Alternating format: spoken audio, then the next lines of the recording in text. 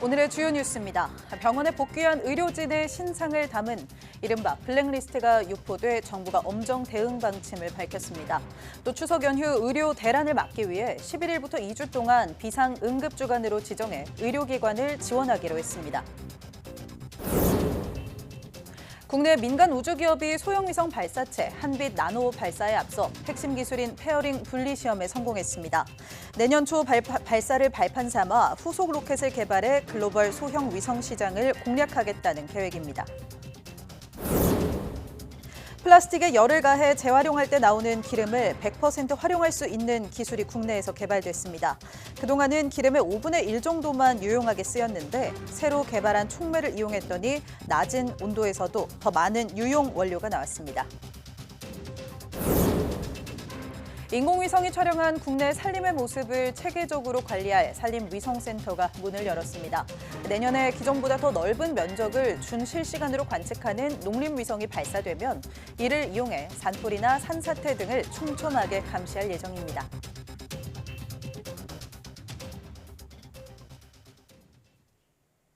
여러분 안녕하십니까? 사이언스 투데이 시작합니다.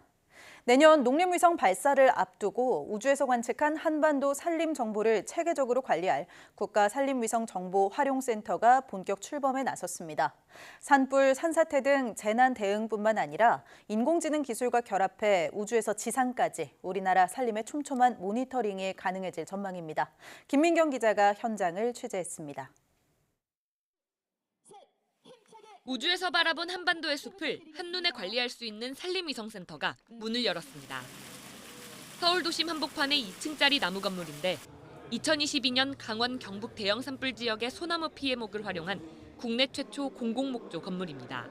내년 발사 예정인 차세대 중형위성 4호인 농림위성을 통해 전국 토해의 63%를 차지하는 우리 산림을 정밀하고 빠짐없이 관리할 수 있는 기존 위성이 한반도 전역을 촬영하는 데 열흘가량 걸렸다면 농림위성은 사흘 만에 가능합니다. 지상 888km에 위치해 국외위성보다 약 1.6배 넓은 120km를 한 번에 관측할 수 있기 때문입니다. 우리나라 어디에서든 산불이 발생하면 방향을 틀어 준실시간으로 촬영할 수 있어 신속한 대응이 가능하고 기존의 수동으로 분석하던 산사태 피해지도 상시 감시를 통해 곧바로 피해 규모를 정확하게 파악할 수 있습니다.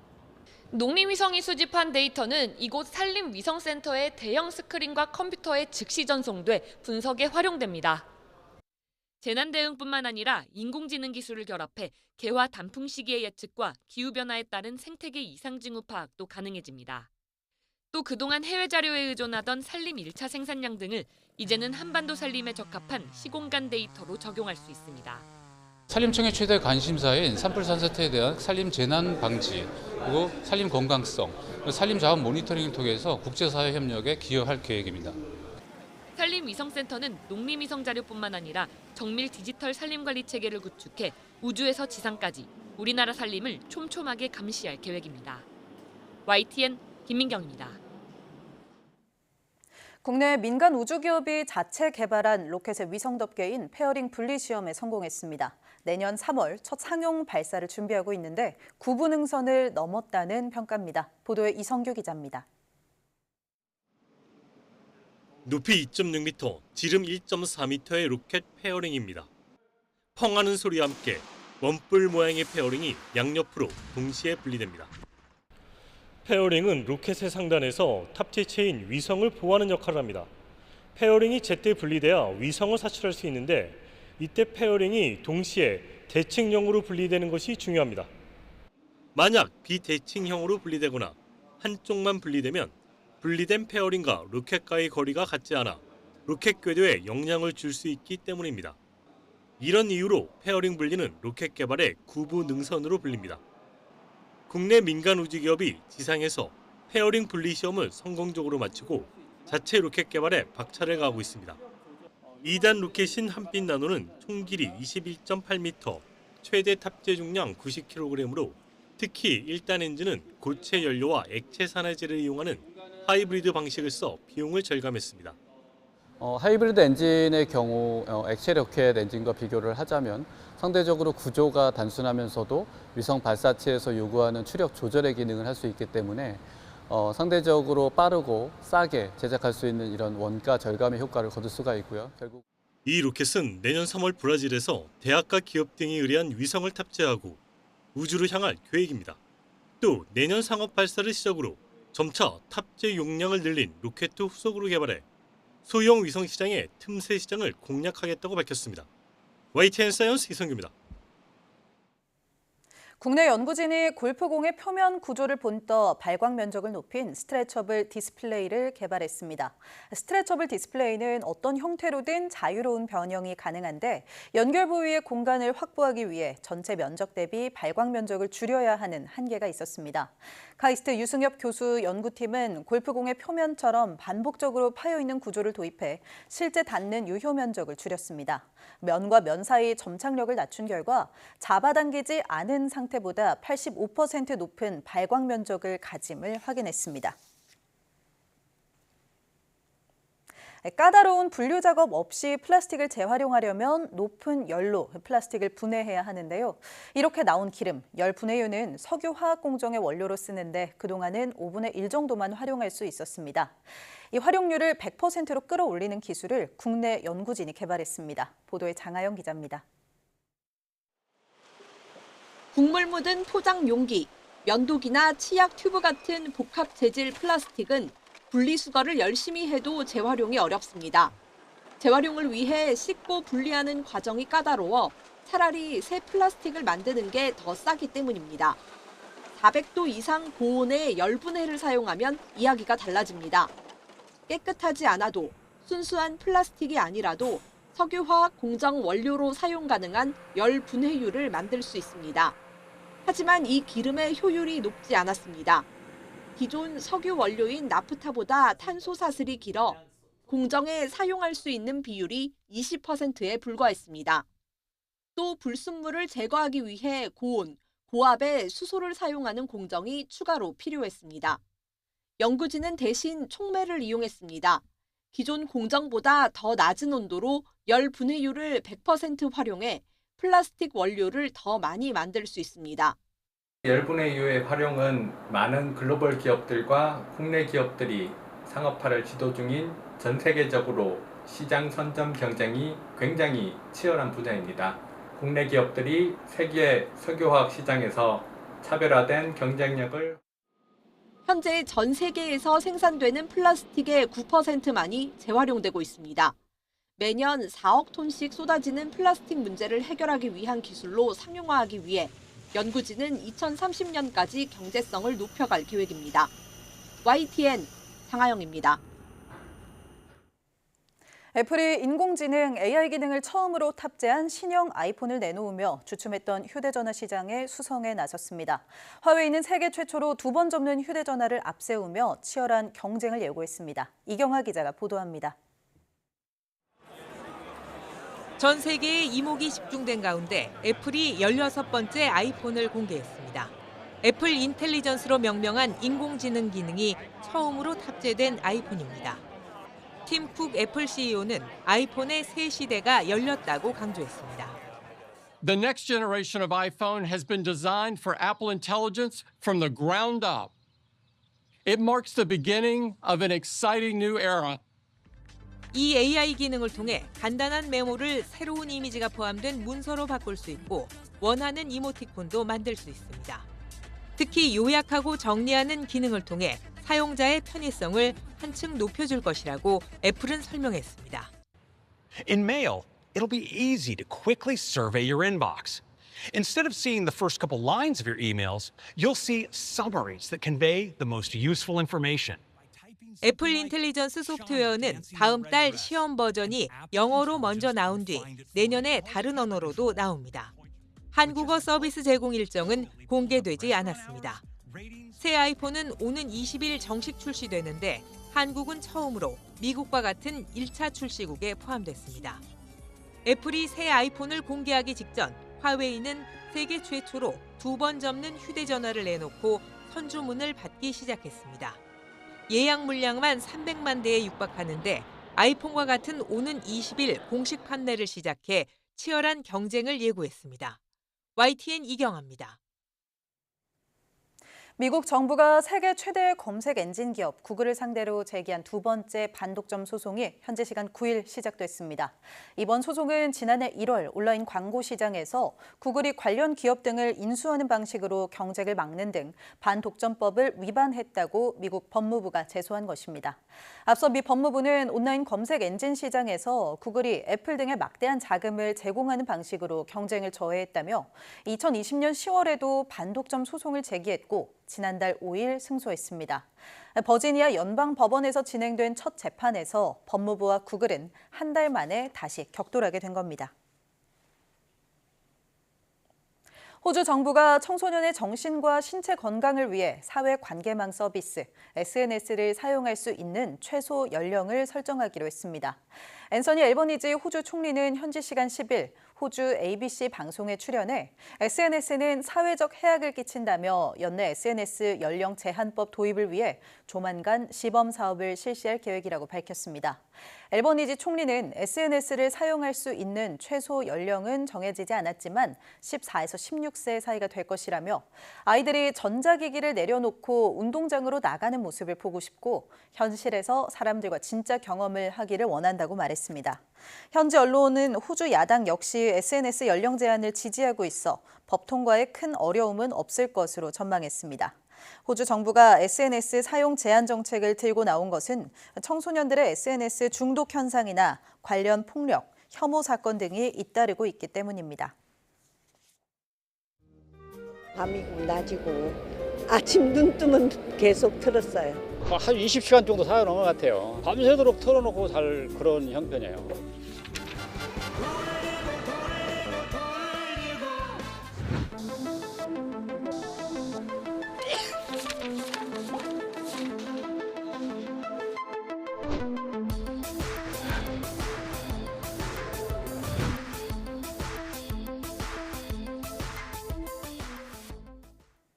추석 연휴에 전력 수요가 최저 수준을 기록할 것으로 예측되면서 전력 당국이 안정화 대책을 추진하기로 했습니다. 전기 수요 대비 공급이 넘쳐도 대형 정전 사태가 벌어질 수 있기 때문입니다. 산업통상자원부는 이번 추석 연휴 최저 전력 수요는 38기가와트로 최근 몇 년 사이 가장 낮은 수준이 될 것으로 예측했습니다. 이에 따라 발전량 감축과 전기 수요 확대를 담은 가을철 전력 개통 안정화 대책을 발표하고 오는 14일부터 11월 3일까지 관리에 들어간다고 밝혔습니다.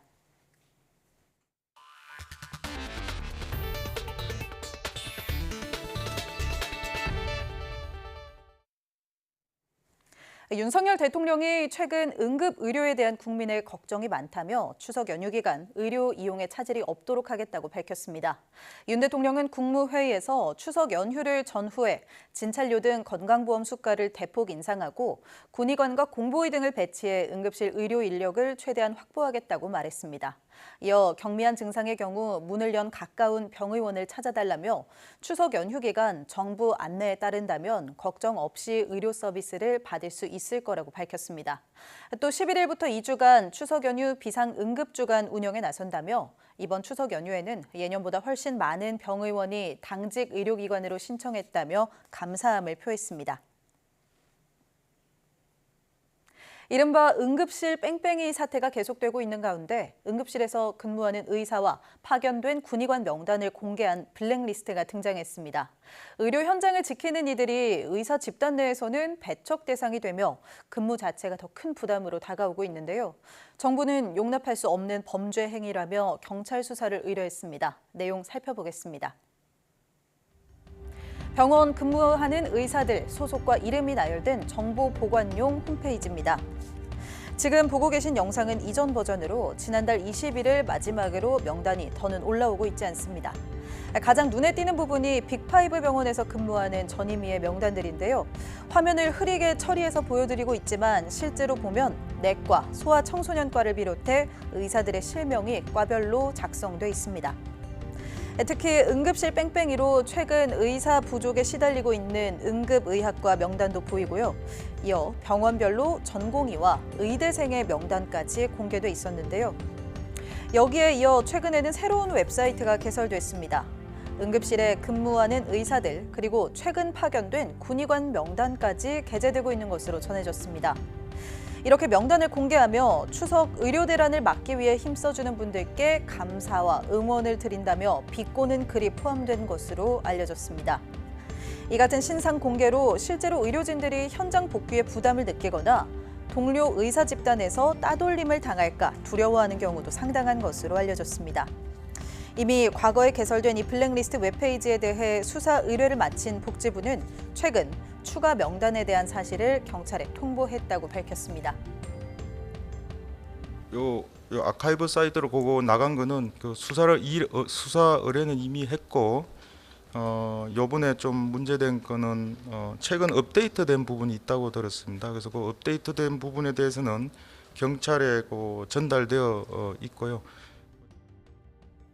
의료 현장에 복귀했거나 복귀를 고려하는 의사들에 대한 돈 없는 비난과 조롱으로 응급실 현장은 갈수록 환자도 의료진도 보기 어려워지는 상황이 되어가고 있습니다.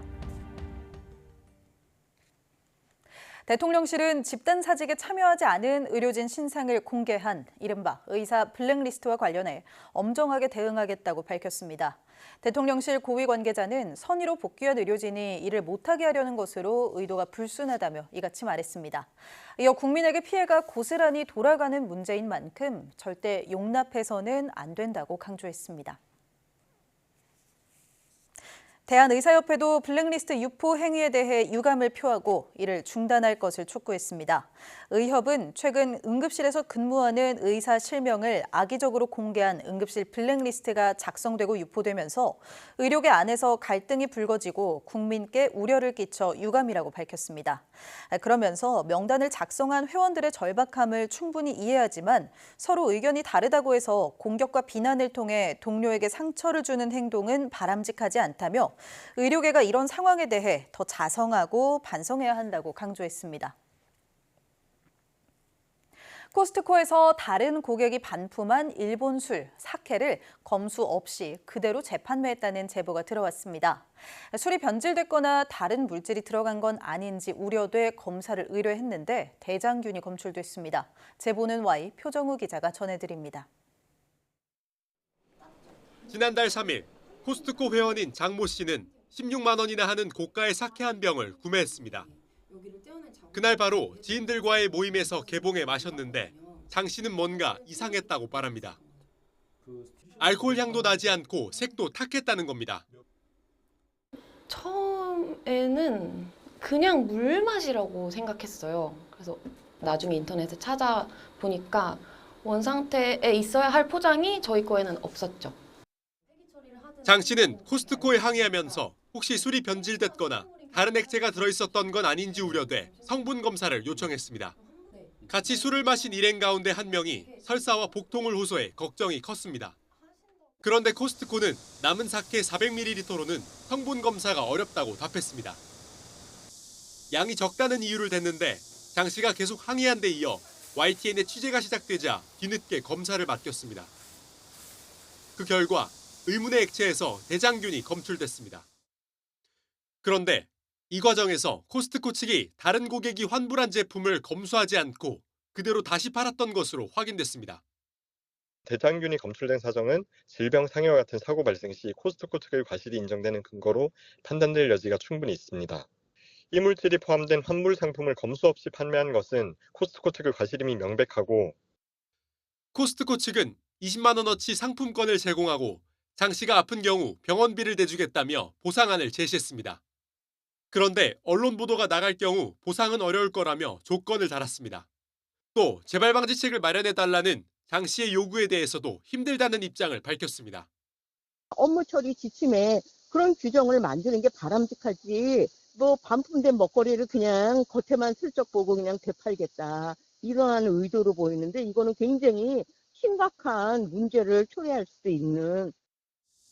취재진은 코스트코 측의 입장을 듣기 위해 수차례 연락했지만 내부 운영 관련 사항이라 답변이 어렵다는 입장만 밝혔습니다. 관할구청은 신고를 접수한 식약처로부터 사건을 넘겨받아 해당 매장에 대한 점검에 나섰습니다. YTN 표정우입니다. 추석 연휴 기간 항공권과 택배 관련 소비자 피해가 늘고 있어 주의가 필요합니다. 2021년부터 지난해까지 추석 연휴인 9월과 10월 한국소비자원에 접수된 항공권 피해 구제 신청은 590건, 택배는 161건으로 전체의 18% 수준입니다. 항공권은 구매를 취소했을 때 과도한 위약금이 부과되거나 운항 지연이나 결항 등의 피해가 많았습니다. 택배는 운송물 파손이나 분실, 오배송 등으로 인한 손해가 많이 접수됐습니다. 소비자원은 항공권 구매 전 출입국 정책과 항공권 취소 조건을 꼼꼼히 확인하고 택배는 파손 등에 대비해 운송장과 같은 증빙 자료를 보관하라고 당부했습니다. 항공권과 택배 관련 피해를 본 소비자는 소비자 24나 1372 소비자 상담센터에 상담이나 구제를 신청하면 됩니다. 공정거래위원회가 독과점 플랫폼의 횡포를 막기 위해 추진했던 플랫폼 공정경쟁촉진법의 제정이 무산됐습니다. 공정위는 기존 공정거래법을 개정해 플랫폼 횡포에 대응하겠다고 했지만 신속 대응이 가능할지는 의문입니다. 이승은 기자가 보도합니다. 각종 독과점 플랫폼들의 횡포가 잇따르고 있는 가운데 지난해 12월 공정거래위원회는 플랫폼 공정거래촉진법 제정을 발표했습니다. 각 분야 독과점 플랫폼과 하지 말아야 할 행위를 사전에 지정해서 문제 발생 시 신속 대응하는 방안입니다. 그러자 미국 상공회의소와 스타트업을 비롯한 벤처기업협회가 반대하고 나섰고 정부 부처 내에서도 이견이 나왔습니다. 지난 2월 시간을 가지고 충분히 검토하겠다며 한 발 물러선 공정위는 의견 수렴 결과 새로운 입법 대신에 공정거래법 개정으로 플랫폼 횡포에 대응하겠다고 발표했습니다. 대응 방식도 시장 지배적 플랫폼 사전 지정이 아닌 사후 추정으로 바뀌었습니다. 점유율 60% 이상 기업을 규율하되 스타트업 반발을 막기 위해 연매출 4조 원 이하는 적용 대상에서 빼기로 했습니다. 공정위는 시장 지배적 사업자를 파악하기 위한 주기적 시장 조사를 법제화하고 플랫폼의 입증 책임 강화와 함께 현행 공정거래법상 제재보다 엄격한 수단을 도입하겠다고 밝혔습니다. 반경쟁 행위 적발 시에 과징금 상한을 현행 시장 지배적 지위 남용 행위 관련 매출액의 6%보다 상향해서 8%로 하고 반경쟁 행위의 신속한 차단을 위해서 임시 중지 명령 제도를 도입하겠습니다. 급변하는 플랫폼 시장에서 사후 대응 방식은 상대적으로 속도가 늦을 수밖에 없어 공정위 역량이 시험대에 올랐습니다. 공정위는 이와 함께 법적 사각지대에 있었던 온라인 중개거래 플랫폼의 정산기한과 판매 대금 별도 관리 의무를 법제화하기로 하고 복수의 안을 발표했습니다.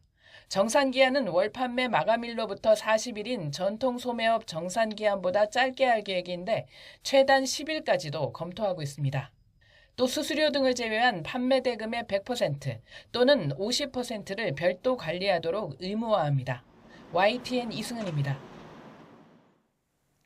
쿠팡이 자사 멤버십 회원에게 쿠팡 플레이와 쿠팡이츠 서비스를 끼워 팔았다는 의혹에 대해 공정거래위원회가 조사에 착수했습니다. 공정위는 10일 서울 송파구 쿠팡 본사에 조사관을 보내 멤버십 운영 관련 자료를 확보했습니다. 공정위는 쿠팡이 멤버십을 운영하면서 별개 서비스인 쿠팡 플레이와 쿠팡이츠 알뜰 배달 서비스를 무료 제공한 것이 공정거래법상 금지된 끼워 팔기에 해당하는지 여부를 조사하고 있습니다.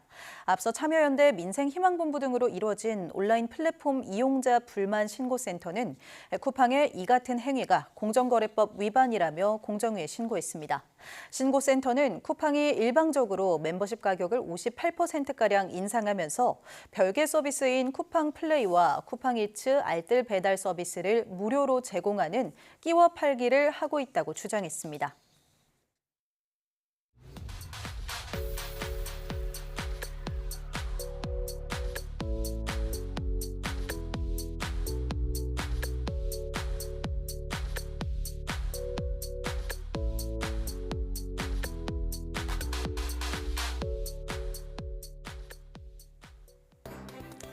평소라면 즐거운 마음으로 기다리는 추석 연휴지만 응급 상황 걱정에 벌초도 하지 말자는 얘기가 나올 정도로 불안감이 높은데요.